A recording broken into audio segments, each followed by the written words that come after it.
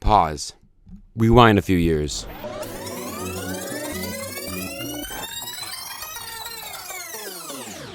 It's 2018. Devilman Crybaby, an adaptation of Go Nagai's classic manga, is released on Netflix.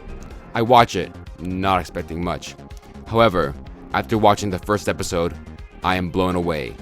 I binge all 10 episodes, and Devilman Crybaby becomes one of my favorite anime of all time.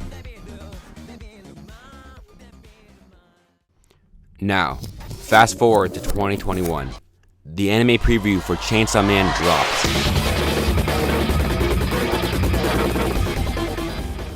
I watch it and get intrigued. My friends tell me that I should read the manga. And after much procrastination, I did. Within a span of 3 days, I completed all 97 chapters of the Chainsaw Man manga. And it blew my mind. Everything about Chainsaw Man was perfect. From the world building, the characters, the narrative, and the art. Every aspect of Chainsaw Man filled the checkboxes for an immortal classic in the making. I loved it. Chainsaw Man was mature. It dealt with serious topics, from the meaning of life, pleasure, sexuality, suffering, and more. It explored these topics in brilliant ways through characters that felt like real people dealing with real problems. The world of Chainsaw Man also felt real. The rules of the devils were so logical and intuitive, it almost seemed like this world could exist in a parallel dimension. But that's the thing. The world of Chainsaw Man, to an extent, does exist in a parallel dimension. In the world of Devilman. Devilman and Chainsaw Man share so many similarities, it almost seems like Chainsaw Man stole ideas from it. This is not the case, however, as they are different works, but they do share similar ideas that could thematically overlap. Also, Go Nagai, the original writer of Devilman, happens to be one of the forefathers of modern manga, as his influence can be seen in the entirety of the manga industry.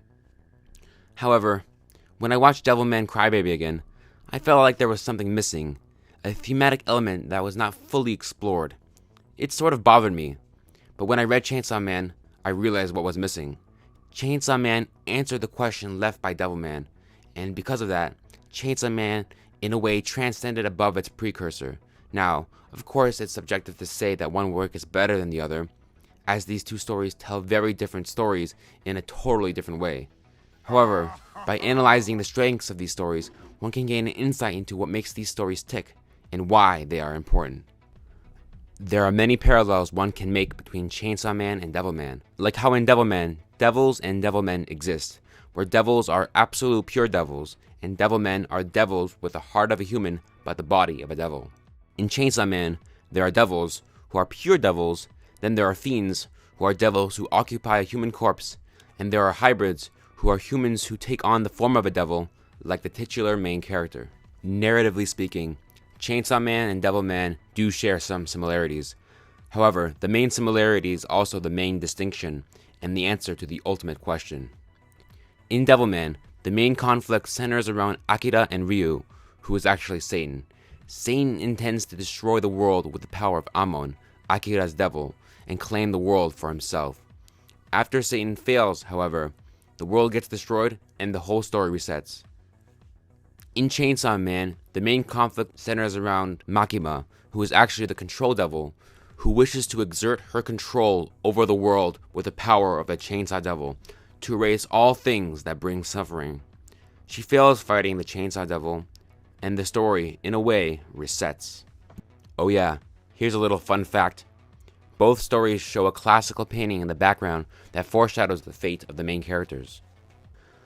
The duality of Denji and Makima, and Akira and Ryu, are quite similar. They are both opposing forces of order and chaos. Denji and Akira, both devils, are agents of chaos. Meanwhile, Makima and Ryu are agents of order. The duality of these characters are reflective of the yin-yang dichotomy. In light of the conflict of Devilman, it explored the idea that love cannot exist without sorrow. However, I believe that Devilman was onto something here, but couldn't quite fully grasp it. Chainsaw Man its spiritual successor, elaborates upon that idea and expounds upon it. Devilman understood that there is a yin and a yang, a dancing duality between the forces of order and chaos, male and female, light and dark. It knew that darkness plays an essential role in the world as light does. However, what it missed is the nuance, the other aspect of the yin-yang, the fact that there exists two smaller circles that contrast to the side they exist in, where to maintain true balance, order must exist in chaos, and chaos must exist in order. They are interdependent. And it is this idea that Chainsaw Man explores through the conflict of Makima and Denji. Denji, throughout the story, realizes that in life, one must go through suffering in order to appreciate the pleasures in life, and one must accept that life will never be perfect, there will always be chaos. Makima, on the other hand, rejects this idea and wishes to rid the world of its conceptualization of suffering, to erase all ideas of chaos. Since she is the control devil, she wishes to exert absolute control over the world, to create a world of only order with no chaos. Both of them progressively realize that such a world is impossible, as Denji almost wanted to exist in a world where he wanted to be Makima's dog, to exist without the burden of suffering, a world without chaos. Makima, on the other hand, cried when she saw that great film in the theater, with her admitting that without watching all those bad movies beforehand, that movie would not have such an impact. Both of these characters are flawed, but it is Denji who realizes his flaws and grows out of it. And since Makima did not realize her flawed viewpoint of the world, she loses to Denji. Her lack of seeing the nuance is also manifested when she states that the Chainsaw Man should only be chaotic, if everything it does should be totally unpredictable. This shows that she was unable to see the order in the chaos, the white circle within the black half of the yin-yang. It was her obsession with the Chainsaw Man and the actualization of her ideology that overridden the existence of Denji and the existence of humanity as a whole. That is why she could not see Denji, only the Chainsaw Man. So, is Chainsaw Man a better work than Devilman? I don't think that this is a valid or fair question. It is impossible to determine which story is objectively better, as they are different stories written during entirely different time periods.